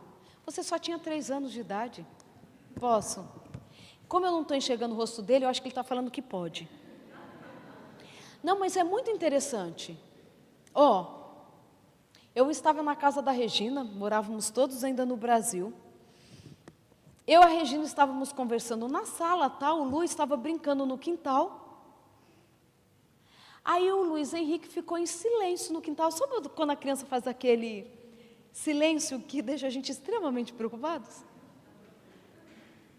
Regina falou assim, não estou mais escutando o Luiz Henrique. Eu vou lá no quintal ver o que está acontecendo. E a Regina volta. Zana, me segura, porque se eu pegar o Lu, eu vou contra tudo que eu acredito hoje. Eu, calma. O que o Lu fez? Ela falou assim, você não vai acreditar que o Lu fez. Eles haviam acabado de comprar um carro preto, daquele maravilhoso. O Lu havia pego uma pedrinha e riscado a lateral toda do carro. E a Regina entrou assim, sem saber o que fazer.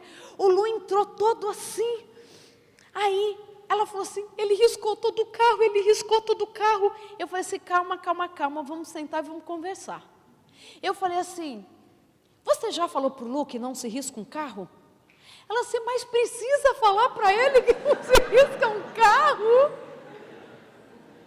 falei assim, precisa, ninguém explicou para ele que não risca carro. O Lu tinha uns 4 aninhos, por aí. Né, por aí. Eu falei assim, e além de tudo, e nisso o Lu já estava ali, não é todo assim, tia, me salva, né? Aí eu falei assim, e olha, o Lu é inteligente, hein? Eu falei assim, Rê, faz pouco tempo que você pintou uma parede do quarto dele com tinta lavável e deu uma caixa de giz para ele. E falou assim, Lu, você pode escrever o quanto você quiser nessa parede, porque depois a gente apaga. Nem sei se foi isso que passou na cabeça do sobrinho. Eu falei assim, então ele está achando que escrever no seu carro vai apagar como apaga a parede. Ele, é isso, tia, não apaga? O menino era esperto desde que nasceu. Aí eu falei assim, Lu, o que você estava escrevendo no carro da sua mãe? Ele falou assim, tia, eu estava escrevendo eu te amo, para quando ela saísse, ela visse o que eu escrevi no carro dela. Ele ia apanhar depois de uma declaração de amor.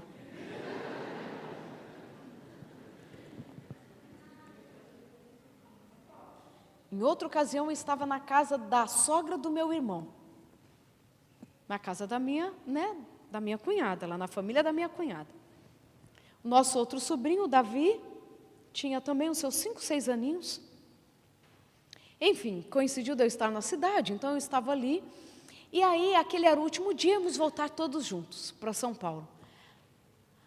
A gente está ali arrumando para ir embora. Minha cunhada tinha passado ali as férias com os meus sobrinhos junto com a avó, com o avô, aquela festa, né? De passar férias na casa dos avós. E a gente está ali arrumando quando a gente escuta um barulho lá fora. O Lu estava com uma vassoura, mas batendo com muita força na macieira que tinha na frente da casa. Aí minha cunhada falou assim, eu acho que ele está nervoso porque está indo embora. Eu falei assim, a gente não sabe se é, vamos perguntar para o Lu. Lu, por que você está batendo? Eu falei assim, não deve ser uma coisa ruim, tia, né? Eu não tinha nem filho na época, eu tinha que proteger os meus sobrinhos. Aí eu falei assim, Lu, eu falei assim, ele vai ter uma resposta de menino bonzinho. Eu falei assim, Lu, o que você está fazendo? Por que você está batendo na árvore, Lu? Davi, tudo é o Lu, coitado, essa nem foi ele. Eu falei assim, Davi, por que você está batendo na árvore, Davi? Porque eu quero que ela caia na casa da vovó e derrube a casa da vovó. Ai, meu pai, deixa eu procurar lá nos artigos científicos se eu tenho uma saída para o meu sobrinho. Falei para minha cunhada, calma que a gente tem que fazer mais perguntas. A primeira não foi suficiente. Eu falei assim, por que você quer derrubar a casa da vovó, Davi?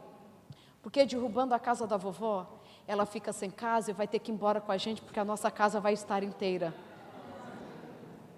Eu teria ensinado outro método de levar a vovó, mas ele queria destruir a casa da avó. Você entende que criança não nasce sabendo? A gente sabe disso, mas na hora de educar, a gente quer educar como se eles soubessem. Eles vão aprender por repetição. O cérebro da criança não tem regulação inibitória. Esse freio mesmo emocional, eles vão ter que aprender por meio da educação que a gente vai dar para eles. Nossa, isso aqui fiquei meia hora.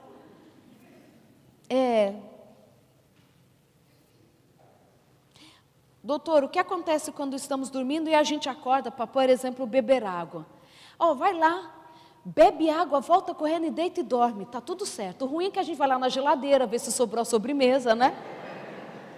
Aí depois quer ter sono reparador. Mas esse pequeno despertar para ir ali, toma uma aguinha tal e voltou, ok, tá bom? Desde que você consiga dormir de novo, né? Quem não consegue dormir direito, é possível fazer uso de medicamento só sob orientação médica. Você não vai ali na farmácia e compra melatonina e vai tomar, tá bom? Nosso corpo já produz melatonina, o que falta às vezes para a gente é higiene do sono. Seguir aí todo um protocolo de ir relaxando, deixando o celular perto de dormir, né? Não comer nada pesado, não tomar nada estimulante depois das 5 horas da tarde. Estimulante, gente, inclui não só café e etc, tá? Refrigerante, chocolate, etc, chá preto, etc, tá? Então isso, mas para quem tem um problema crônico do sono, pode fazer uso de medicação desde que controlada pelo médico, tá bom? Existem medicamentos específicos para quem tem problema do sono. Vi sua palestra na quinta passada, deve ter sido no YouTube, né? Ou foi lá me encontrar em Luanda? Eu ia ficar bem, bem feliz. E na sexta-feira fiz 1, 2, 3, levanta e vai fazer. Comecei a academia com meu marido e meu filho. Obrigada, Deus te abençoe. Gente, ela assistiu minha palestra semana passada e já começou a fazer atividade física. Vamos bater, olha, uma salva de palmas. Não fique esperando ter muita vontade, não.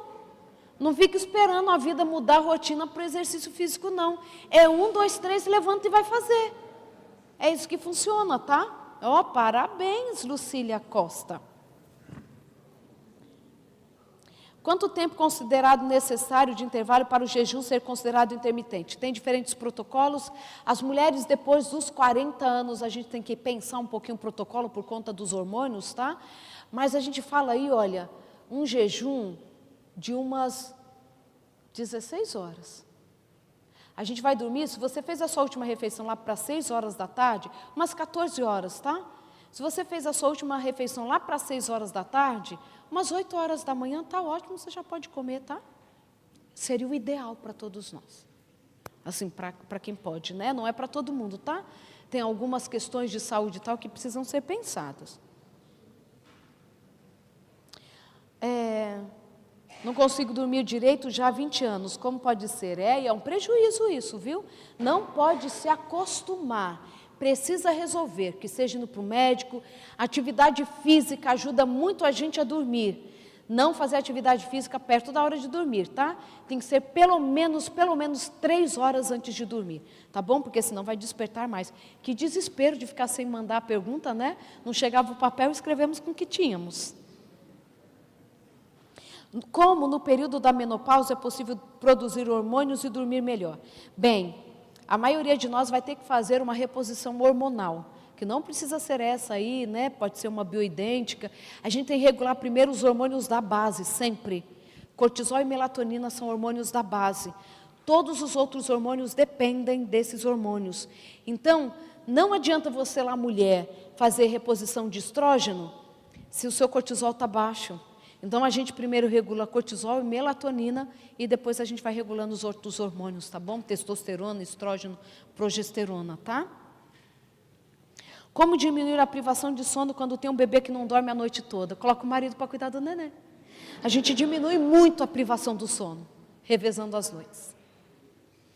É um período da vida que o nosso cérebro até suporta, porque precisa ser um período curto, tá? E o bebê precisa entrar no ritmo de dormir. Nem sempre vão entrar, mas que é fácil não é não. Como reverter o hábito de um adolescente que dorme pouco, come mal e fica horas na frente das telas? Corta a luz de casa, não coloca mais internet e só compra fruta e coloca na geladeira. Estou brincando. Eu acho que é ajudar mesmo nessa dinâmica, né? Olha, a partir de hoje não joga mais. Não vai funcionar. Vamos só hoje dormir 15 minutos mais cedo? Porque funciona para a gente também assim, não é? A gente não vai. Quem está acostumado a dormir 3, 4 horas, não vai da noite para o dia começar a dormir 8 horas. A gente não consegue fazer isso. Então, olha, que tal hoje você dormir 15 minutos a mais? Olha, vamos pelo menos 2 vezes por semana trocar o lanche que você gosta de comer por uma fruta, por uma salada. Eu acho que é fazendo junto, principalmente. Ai, mas você não vai dormir, menino, mas você está lá, também no quarto com o seu celular na mão, né? O que ajuda na produção da melatonina? Dormir, por exemplo, exercício físico também, tá? O dormir, exercício físico. Ajudam muito, estilo de vida saudável, né? Existem estudos científicos que relacionam exposição a telemóveis e a perda de neurônios ou surgimento de novos neurônios? Sim, nós já temos bastante estudos. A gente sabe que pode desenvolver dependência de tela, com protocolos para tratamento de dependência, tá? Todos nós somos vulneráveis à dependência de tela, sabiam disso? Porque se você tem um parente que vou colocar, viciado em qualquer coisa, pode ser álcool, qualquer outro tipo de droga, tal, você já faz parte do grupo de risco. E todos nós temos um parente, alguém, tá?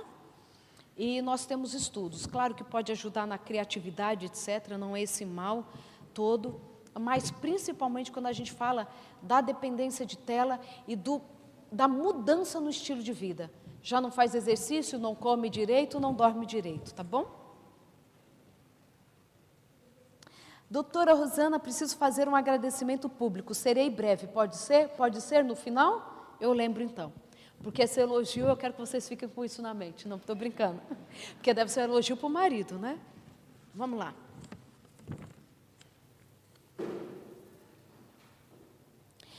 O sono forçado por comprimidos é benéfico? Depende de qual medicação. Pelo diazepam, não. A gente ainda usa diazepam como um indutor do sono, não um hipnótico sedativo, mas ele foi escolhido porque era o que a gente tinha. Mas o sono induzido, por exemplo, pelos benzodiazepínicos, o mais conhecido é o diazepam, é o efeito colateral da medicação, tá? É o efeito colateral. O diazepam é um ansiolítico, é para tratar a ansiedade. Então, o sono provocado pelo diazepam não é um sono saudável. Ele é o sono, ele só deixa você no sono não REM, que é o sono mais leve. Ele impede que você entre no sono profundo, que é o sono REM, tá? Por isso que, mesmo quem dorme com diazepam, na maioria das vezes passa o dia inteiro com sono, que é o sono rebote, tá bom? Algumas pessoas sofrem por ter depressão. O que é isso? É falta de fé? É possessão demoníaca? Como ajudar essas pessoas? Não. A depressão é uma doença muito bem catalogada, descrita na literatura.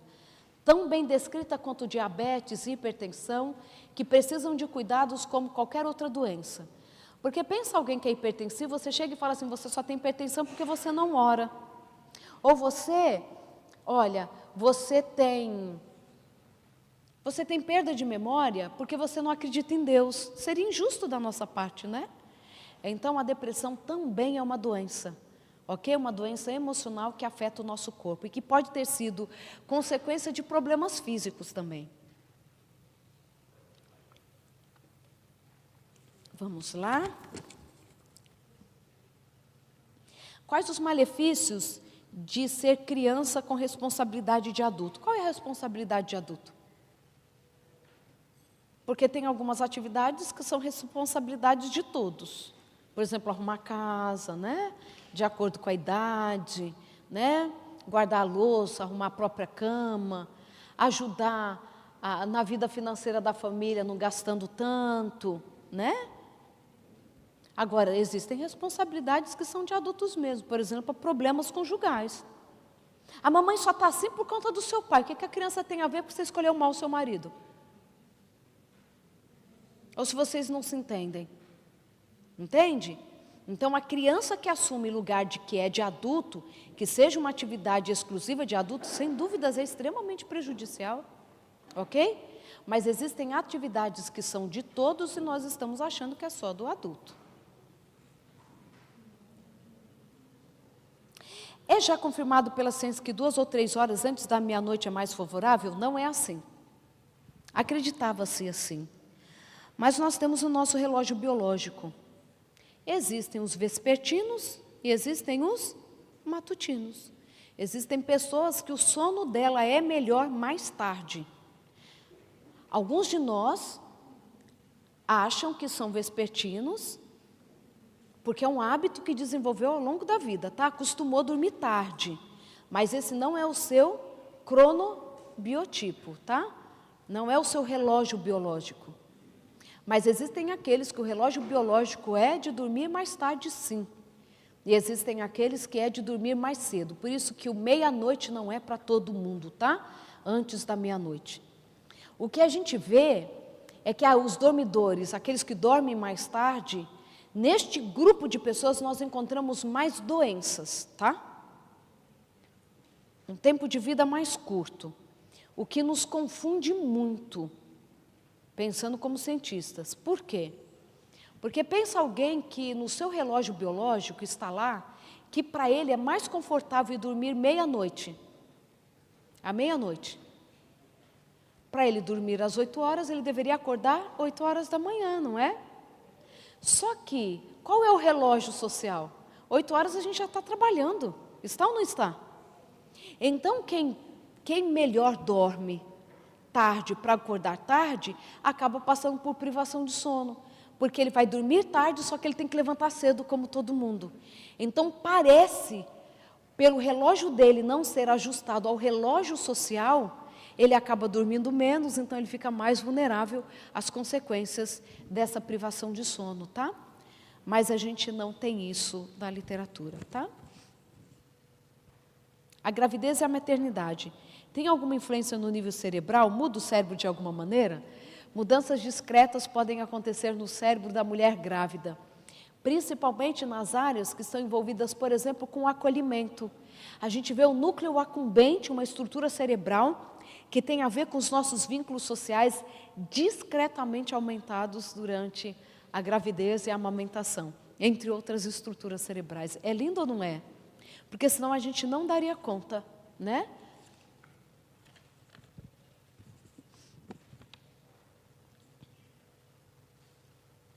A senhora falou sobre crianças não estudarem logo pela manhã, mas eu sempre ouvi dizer que após o almoço o cérebro é mais lento. Adolescentes, ok? Para os adolescentes seria melhor estudar à tarde. E claro, né? Ele vai almoçar em casa e depois vai para a escola. Então até lá já fez a digestão e ele já pode estudar, tá bom? E é mais lento para a gente, né? Como dormir mais? Durmo pouco. Estresse do trabalho. Troca de trabalho. O estresse atrapalha muito a gente a dormir mesmo, né? Mas diminuir um pouco o nosso estresse, o que é um desafio. Talvez alguns problemas do trabalho, a gente começar a fazer um exercício para que eles não nos afetem tanto. Fazer atividade física, dormir direito, comer direito, manter bons relacionamentos.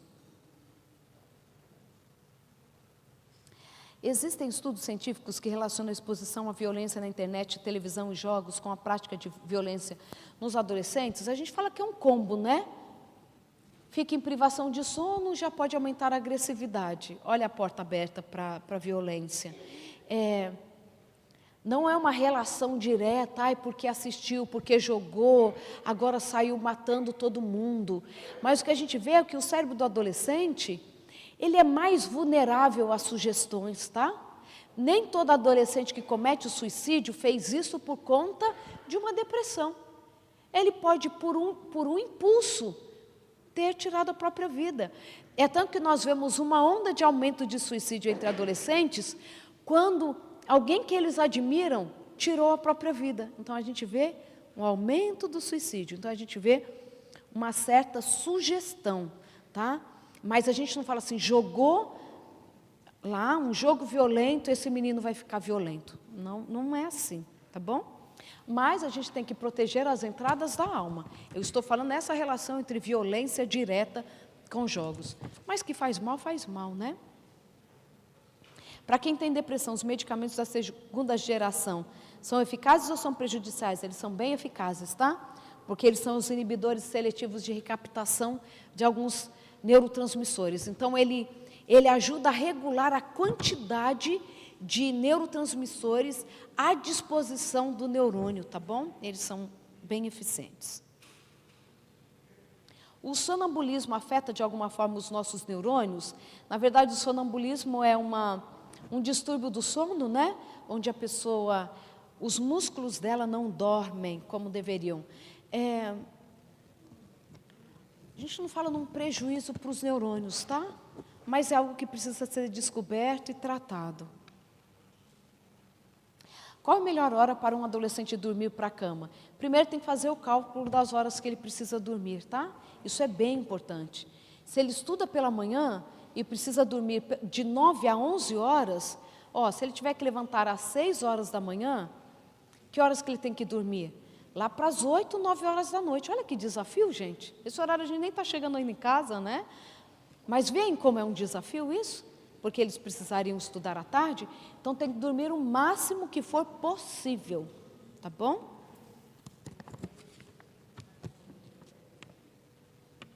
Como se livrar do trauma do abuso sexual e o abuso psicológico? Principalmente com psicoterapia, desenvolvendo bons relacionamentos e cuidando bem do corpo. Terminamos todas as perguntas. E aí, alguém que queria fazer um agradecimento público. Quem é? E prometeu que vai ser rápido. Quem é? Quem é? Pode ficar em pé, querida.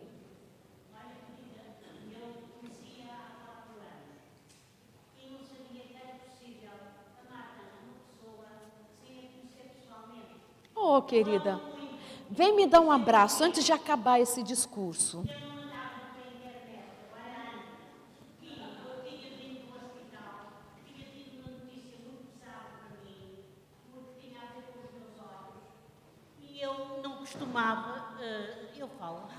Eu não costumava mexer na internet e por qualquer motivo eu mexi e aparece-me a menina a falar coisas bonitas, a falar-me de umas coisas que falou para os colportores e o meu marido foi colportor e eu fiquei deslumbrada.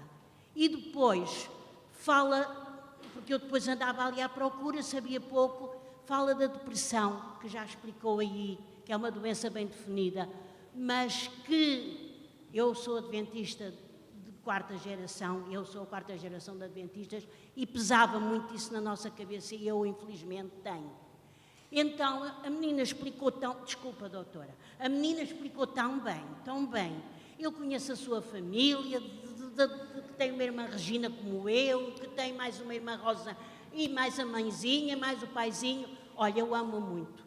E obrigada, estou a dizer querida. isto apenas por um motivo. Eu vim para a minha igreja, falei a alguns irmãos, mas não sei se tive feedback suficiente. Sinta, eu acho que isto é um grande esforço, fazer assim 3 conferências seguidas, eu só assisti a esta, porque eu ouço muitas suas. A pessoa saber, como é o meu caso, e não só, deve haver muitas pessoas, que eu amo a minha querida. Vamos marcar o encontro. Eu sou muito fraquinha, só pela graça de Deus e pelo poder do Espírito, debaixo da árvore da vida, lá na vida eterna. Ai, que coisa Porque linda. eu quero muito poder estar consigo, amo muito. Que lindo, E a obrigada, sua família, querida. a sua mãe, Coisa linda. o que ela fez sentir no seu coração, a responsabilidade que tinha e o tempo fora a sua profissão, que dá para nos ensinar e que dá para nos ajudar espiritualmente. Amém. E cientificamente, porque, do modo geral, compreendo muito bem o que explica. Não ponho muito bem em prática, tenho que começar a fazer caminhadas. Obrigada, querida. Muito obrigada pelo carinho. E é tão lindo, né? A gente tem que colocar em prática. E olha como que o conhecimento, ele liberta a gente, né? Obrigada mesmo pelo tanto carinho, né? De forma tão pública dizer. E isso ajuda muita gente a ter a certeza do que Deus escolheu para a gente fazer, né? Muito obrigada, fiquei muito feliz agora. Queridos, coloquem em prática. Permitam que Jesus, Ele atue sobre a sua história a partir das escolhas que você vai fazer. Porque nós temos um mundo a impactar.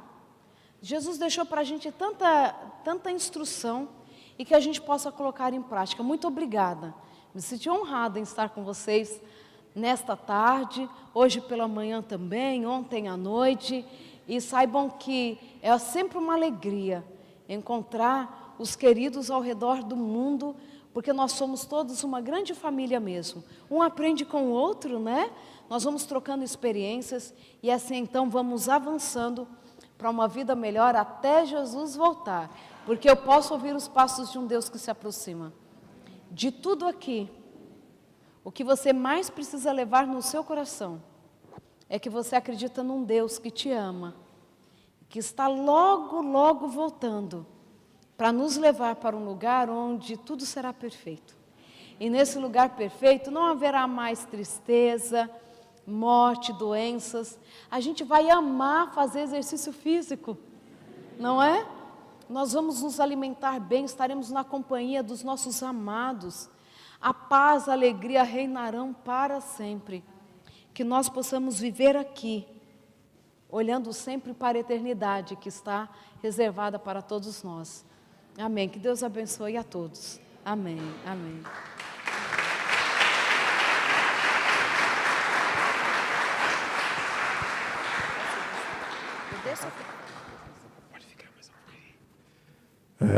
Agradecemos mais uma vez a doutora Rosana pelo seu tempo dedicado aqui conosco, como já falou desde ontem.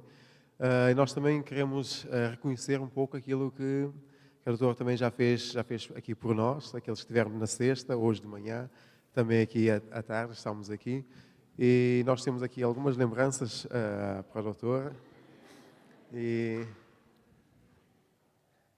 esperemos que goste. Adoro ganhar presente, gente, eu nem disfarço. Nem espero escutar demais, não precisava, porque eu amo. Já parece a sua filha a falar. Okay. Obrigada pelo carinho, viu? Tem aqui uma coisa muito importante. Sabe o que é? Azeite. Que Deus possa abençoá-la e continuar a abençoar no seu trabalho, naquilo que tem feito, porque eu acho que assim, acredito que foi algo muito bom e importante para cada um de nós. Cada um com certeza aprendeu aqui alguma coisa e acreditamos que a nossa vida vai mudar pelo menos alguma coisa. Vamos ver. Assim como a irmã que escreveu aquela, não a pergunta, mas sim